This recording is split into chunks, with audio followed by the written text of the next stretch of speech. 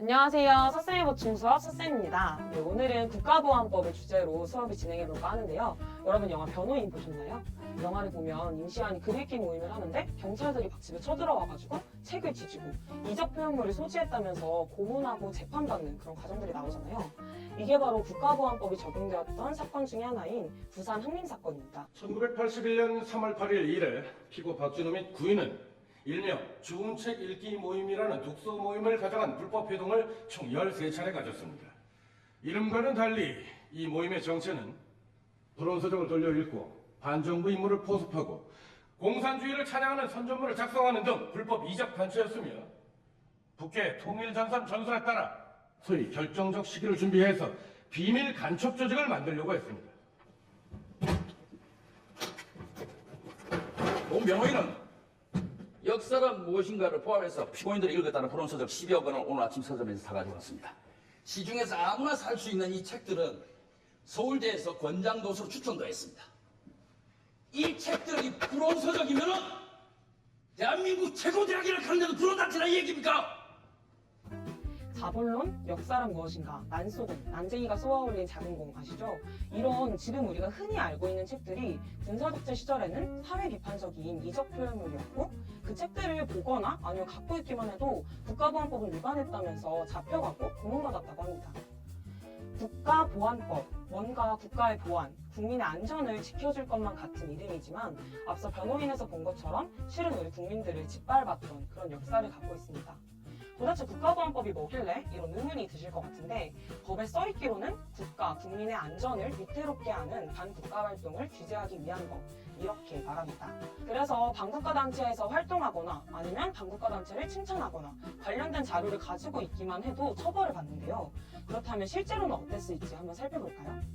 지금까지 국가보안법으로 처벌받은 사례를 살펴보면 반국가 활동이라면서 처벌된 경우가 많습니다. 그럼 어떤 활동을 반국가 활동이라 봤냐? 독재 정권 물러가라고 외친 것, 사회 비판적인 책을 읽은 것, 학생 운동을 하라고 하는 것 이런 것들이 다 북한의 지령을 받아서 한 반국가 활동이라면서 국가보안법에 따라서 처벌을 받았고요.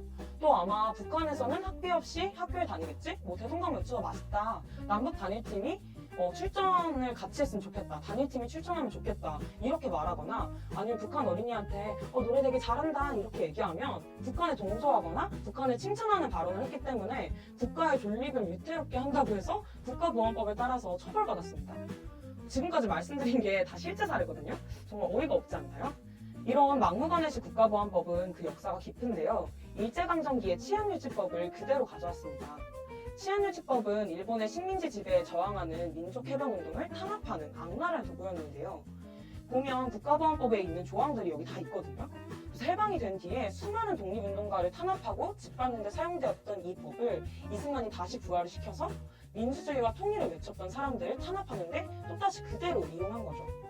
그래서 국가보안법이 처음 적용된 사례가 바로 국회 프락치 사건인데요. 한국사 교과서에서 아마 들어보셨을 수도 있는데 당시 미국의 지지를 받아서 대통령에 당선됐던 이승만이 친일파를 처벌하고 평화를 위해서 외국군대 철수하라고 주장했던 국회의원들을 북한의 지령을 받아서 움직이는 간첩이다. 이렇게 몰아가지고 국가보안법 위반으로 처벌한 사건입니다. 이후에 조봉암 선생님을 국가보안법 위반으로 사형시킨 것도 같은 논리였고요. 아니 근데 북한의 입장과 같다고 처벌하는 거면 독도는 우리 상이라고 하는 거 그리고 일본군 위안부 할머님들께 일본 공식 사죄하라고 하는 거 이것도 처벌하라는 건지 이게 제멋대로인데다가 되게 말이 안 되잖아요. 자기의 권력을 유지하기 위해서라면 자신의 반대하는 세력, 평화통일을 외치는 세력을 너무 쉽고 간편하게 탄압한 거죠. 이 분단 상황을 이용해서 국가보안법이라는 이름으로 말이에요. 그리고 이승만 때 이렇게 부활한 국가보안법은 이후에 독재정권의 반공법하고 합쳐지면서 더욱 악명이 높아집니다. 그래서 그 독재 정권의 탄압에 고통받았던 국민들이 술 한잔하면서 박정희 정권이나 전두환 정권을 욕하면 국가보안법 위반으로 잡혀갔다고 합니다. 그래서 막걸리 보안법이라는 얘기가 있었을 정도였거든요. 그래서 보시면 이렇게 많은 사건들이 다 그런 터무니없는 이유들로 국가보안법으로 기소되고 몇십 년이 지나서야 무죄 판결을 받았습니다. 얼마나 많은 국민들이 다시 무죄 판결을 받는 그동안 빨갱이, 종북 이런 말들 속에서 그리고 차별 속에서 힘들어했을지 생각해 보아야 합니다.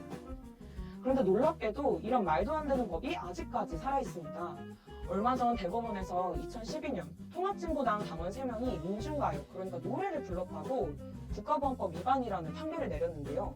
혁명 동지가라는 민중가요인데 이거 우리나라 노래거든요. 그리고 가사에 북한에 관련된 내용이 전혀 없어요. 이 노래를 작곡하신 분도 독립운동가들처럼 살자는 얘기를 담은 거다 이렇게 탄원하셨는데 대법원에서 자기 마음대로 이건 북한을 공호 찬양하는 노래다 이렇게 하면서 이 노래를 부른 게 국가의 존립을 위태롭게 하는 일이라면서 또 국가보안법 위반 판결을 내렸어요. 이 판결로 한 분은 시의원직을 잃게 됐고요. 노랫말의 은유적인 표현을 국가기관이 제멋대로 해석을 하는 게 이들이 그렇게 지켜야 한다고 말하는 자유민주주의 질서인지 반문할 수밖에 없는 상황이 2020년 지금 벌어진 거죠. 이렇게 국가보안법 앞에서는 어떠한 논리도 어떤 목소리도 사라져버립니다. 제주 4.3 항쟁, 5.18 민중항쟁, 그리고 세월호 참사를 기억하고 함께 행동하는 사람들이 늘상 듣는 말이 바로 빨갱이라는 말입니다. 그리고 이 말이 힘을 실어주는 게 바로 국가보안법이고요. 저 사람들은 종북이고 공산주의자 빨갱이, 틀린 사람들이야. 이렇게 한 나라의 법이 말하고 있는 거거든요. 국가가 국가보안법이라는 법으로 누군가를 공개적으로 미워하고 혐오할 수 있는 자유를 만들어준 거죠. 정상적이지가 않은 거예요. 국가에서 여기까지는 생각해도 되는데 여기서부터는 생각해서도 표현해서도 안 돼. 이렇게 정해놓고 그걸 처벌한다는 거잖아요.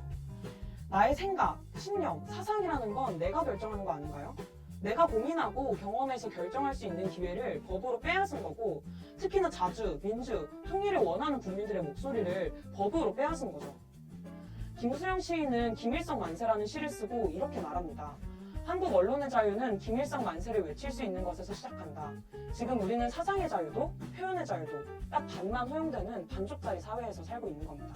한편 독소 조항만 빼면 되는 것 아니냐, 이 법의 목적과 취지에 맞게 제대로 고쳤으면 되는 거 아니냐, 혹은 지금까지 별 영향이 없고 글자로만 존재하는 상화된 법인데 굳이 폐지를 할 이유가 있냐, 이런 이야기들도 있죠. 그런데 이미 간첩법, 형법 규정을 통해서 국가보안법 없이도 처벌이 가능합니다.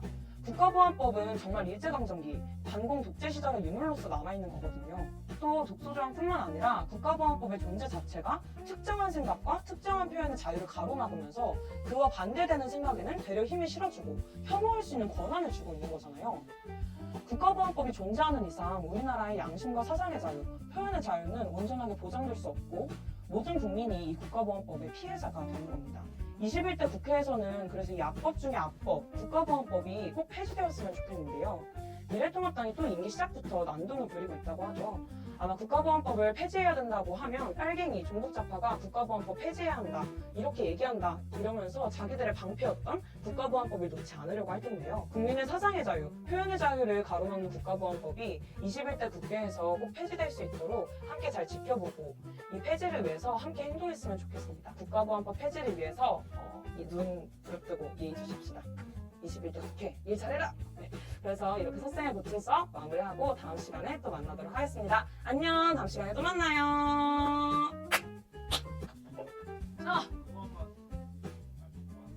구독, 좋아요? 구독, 좋아요, 알림 설정.